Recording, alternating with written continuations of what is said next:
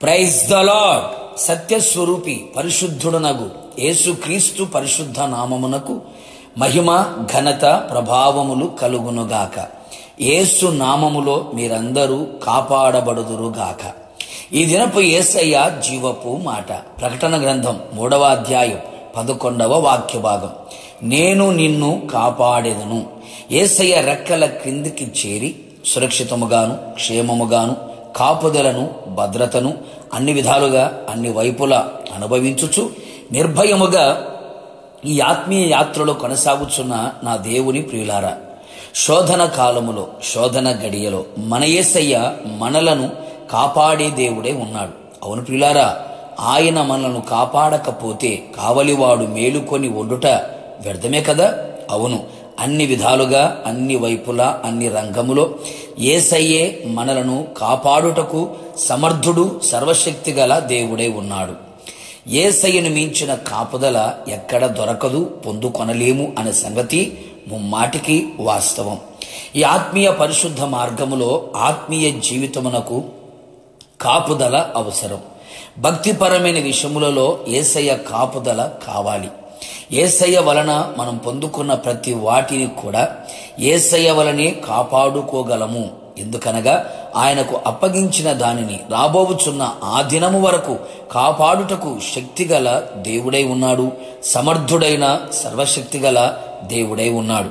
నిజమే ప్రియులారా, విశ్వాసము, నీతి, యథార్థత, రక్షణ, ప్రార్థనా జీవితం, ఆత్మాభిషేకం, ఆత్మవరములు, ఆత్మఫలము, కృపావరములు, ఐక్యత, ప్రేమ, సమాధానం, పరిశుద్ధత, సంతోషం, ఆయన అనుగ్రహించిన తలాంతులు, ఆత్మీయ వస్త్రములు, ఇలా ఎన్నో ఆత్మీయ అనుభవములు కాపాడబడాలి. శోధన కాలములో అనేక మంది ఆత్మీయులు భక్తులు వీటన్నిటిని పోగొట్టుకొని వట్టివారిగా మారిపోయారు. మనం అట్టివారిగా కాకుండా ఉందుము గాక. శారీరకంగా, భౌతికంగా, మానసికంగా, ఆత్మీయంగా మనము కాపాడవలసిన వారమై ఉన్నాము. ఎన్నో శోధనలు, ఆపదలు, శ్రమలు, పలు విధములైన బాధలు కలిగినను వేటిని మనం పోగొట్టుకొనకుండా యేసయ్య మనలను కాపాడునుగాక. నిన్ను, నీ కుటుంబమును, నీ పిల్లలను, నీ కలిగిన సమస్తమును ఆయనే కంచెవేసి కాపాడునుగాక. నువ్వెళ్ళు ప్రతి స్థలములలో కాపాడబడదవు. మన కాలు చిక్కుబడకుండునట్లు ఆయనే కాపాడునుగాక. కంటిని కనురెప్ప కాపాడుచున్నట్లు దివారాత్రులు ఆయన మనను కాపాడును. పక్షిరాజు ఎగురుచు తమ పిల్లలను కాపాడునట్లు కాపరి తన మందకు ముందు నడిచి కాపాడుకున్నట్లు నీ చుట్టూ ఆయనే ఉండి భద్రముగా కాపాడునుగాక. తొట్టిల్లకుండునట్లు ఆయన మనను స్థిరపరచి దుష్టత్వం నుండి కాపాడునుగాక.